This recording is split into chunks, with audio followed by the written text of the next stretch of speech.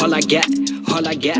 What's up, y'all, and thank you for tuning back into Alex's Sports Talk Show. Today is our 13th episode. Woo! Yep, so thanks for tuning in once again. Today we're going to be talking about 5 biggest surprises so far of the NBA playoffs in first round. Going to be talking about how the Spurs are up 2-1 against Denver, how the Warriors blew a 31-point lead in Game 2. Sixers are still tough to beat even without Joel Embiid. Number 4, Westbrook and Thunder look like an inexperienced team. And finally, Houston Rockets look like the team to beat right now in the West and maybe even in the NBA right now. So just going to start breaking these 5 different surprises down one by one. Let's dive into this today, shall we? Okay, number 1, Spurs are up 2-1 against the Denver Nuggets. Yes, the 7th seed is beating a 2 seed right now, and I feel like Denver's inexperience is really showing right now. Like I said in my NBA playoffs, round 1, top 3 scorers for Denver have not even been in a playoff, so this is their first playoff games for Jamal Murray, Nikola Jokic, Gary Harris, Will Barton. So these are all people new. The only person who's remotely been in a lot of playoffs game is Paul Millsap, and he's been injured past couple years. He's playing, but he's been injured past couple years while in Denver. So last night, Game 3, Spurs won 118 over Denver to 108. 10-point win. Thank you to Derek White for dropping a career-high 36 points, the Spurs say to him in Game 3. That's why I feel like they won the game. Jamal Murray just could not body Derek White. Derek White is a second-year guy. Was their starting point guard this year and is really shown off really well in these playoffs. So congrats to him for dropping a career high. Kind of the reasons why the Spurs are up 2-1 against Denver. Spurs are averaging 6 more rebounds and 2 more points per game.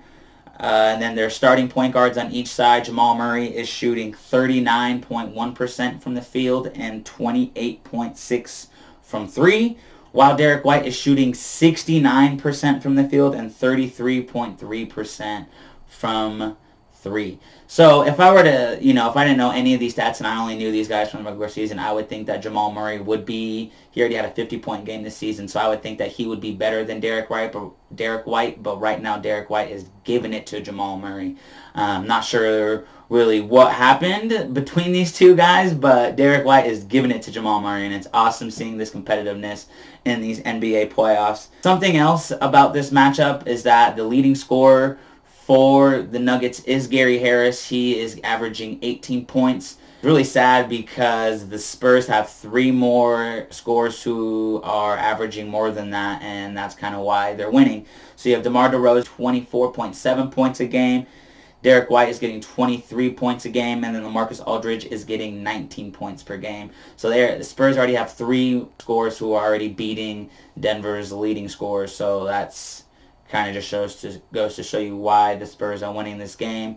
My main man, Nikola Jokic, he is 0.3 assists from averaging a triple-double in this series. He's averaging 17 points, almost 12 rebounds, and 9.7 assists in this series. And I really feel like he's going to be the X factor for the Denver Nuggets. He has to, almost be that primary ball handler sometimes if they want to win and go back to that regular season where he was turning it up for them. So Spurs are up. I still have Denver winning this series. Denver's just, I feel like, too good to lose this, but it would be a great upset for the Spurs and to continue Greg Popovich's legacy. Moving on to number 2, Warriors blowing a 31-point lead in Game 2 of their series against the Clippers. Yes, I know DeMarcus Cousins got injured this game, and that's one of the reasons why they lost this game. DeMarcus Cousins tore his quad, and he is going to be out the rest of this postseason. So we're going to see more of the style of the Warriors from the past 2 years that they didn't have DeMarcus Cousins and that they won their champions. So watch for the big 3, KD, Clay, and Steph Curry to just be shooting a lot more, because that's what's worked for them in the past, because these dudes are honestly probably some of the best three-point shooters in the game today and in the game itself in history. They bounced back in Game 3 last night. Kevin Durant dropped 38 points, going back to his old days of him being the main scorer. I don't really see the Clippers winning. They might win one more if they're lucky, but I just don't see them doing that. I think the Warriors are going to win this series for obvious reasons because they're the defending champs. And last night just goes to show you that they are one of the best teams in the league, if not the best team in the league as defending champ. Number 3 now, the Sixers. Yes, last night the Joel Embiid was out for the Sixers. Game 3 was played in Brooklyn, and the Sixers held a 7-point lead the whole game, and they won thanks to the offense from Ben Simmons, dropped 31 points, 9 assists. Tobias Harris dropped 29 points, 16 rebounds, 6 from 3-point. Yeah, good job, Tobias. Way to show up for your team. Way to ball out. And then J.J. Redick had 26 points. He went 5 of 9 from 3. These guys provided enough offense for them to win without Joel Embiid, who is their all-star center. Even though they didn't have their center, they still out-rebounded the Nets 54-43.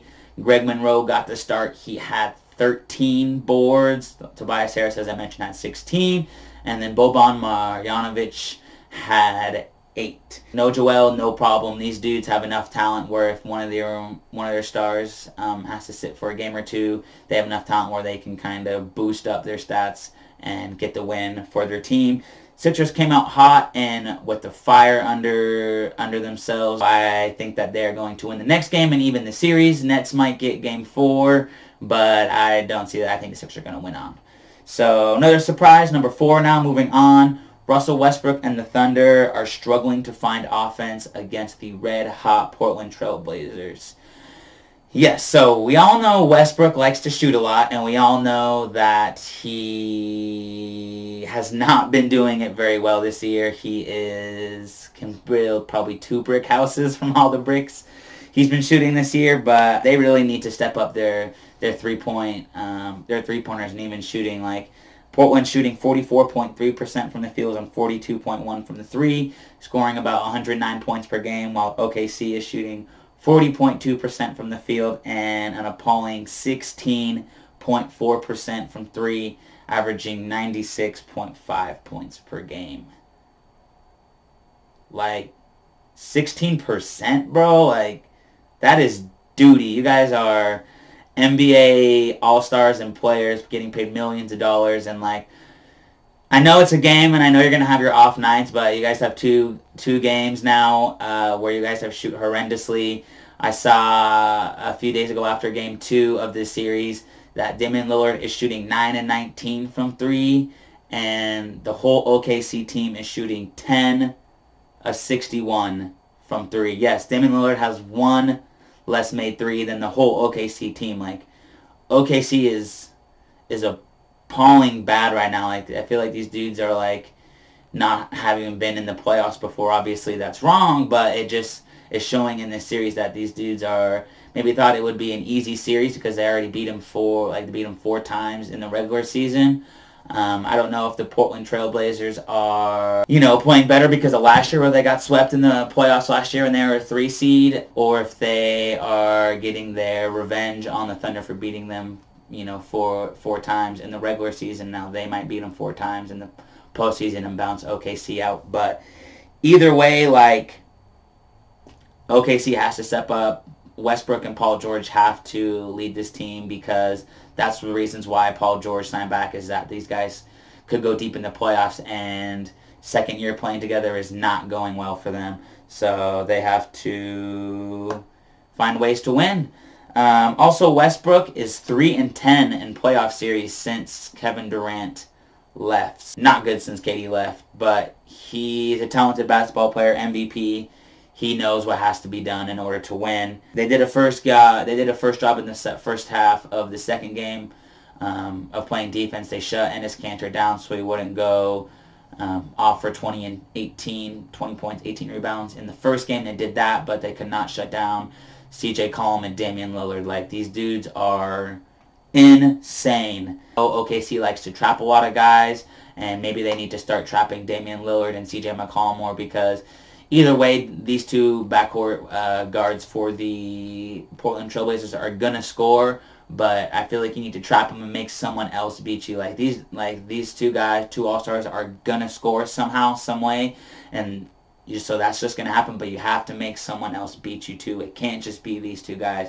These guys are just too skilled to do it. So, Game 3 is on tonight, 4:19. I'm going to be watching this game. I'm excited for this game. I have the Trailblazers winning it in 5. So, yes, go Blazers. Okay, last but not least, last surprise of the first round series in the 2019 playoffs.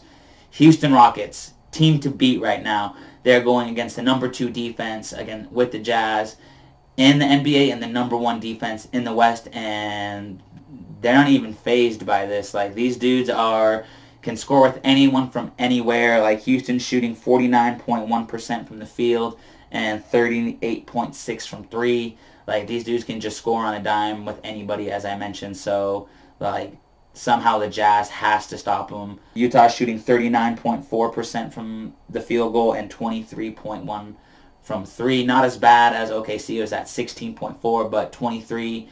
That's not gonna make you win this series. I still think that the Rockets are still gonna win this. Jazz, hopefully by going home these next couple games, are gonna give them the inspiration and the confidence they need to knock down these shots and make it a contest again. But I think Rockets are gonna win this. Rockets, I said, look like the team to beat right now, at least in the West. In the East, I'd say the Bucks, just because Giannis is a monster. But in the West right now, I would say the Rockets are looking hot. So, next coming games, going to be talking about more playoff stuff. I think a week from now or so, the NFL draft is happening. I have a mock draft. Please go check that out. A lot of good insight is filled on there with me and my friend Derek. We do a whole mock draft board. It's awesome. Thank you for tuning in again. Please like, comment, subscribe, share on Facebook, Instagram, Snapchat, Twitter, LinkedIn, whatever. I am always going to be appreciative of that. Thanks for tuning in again. I'm Alex Thompson, and I'm out of here. Peace. My whole life is a movie.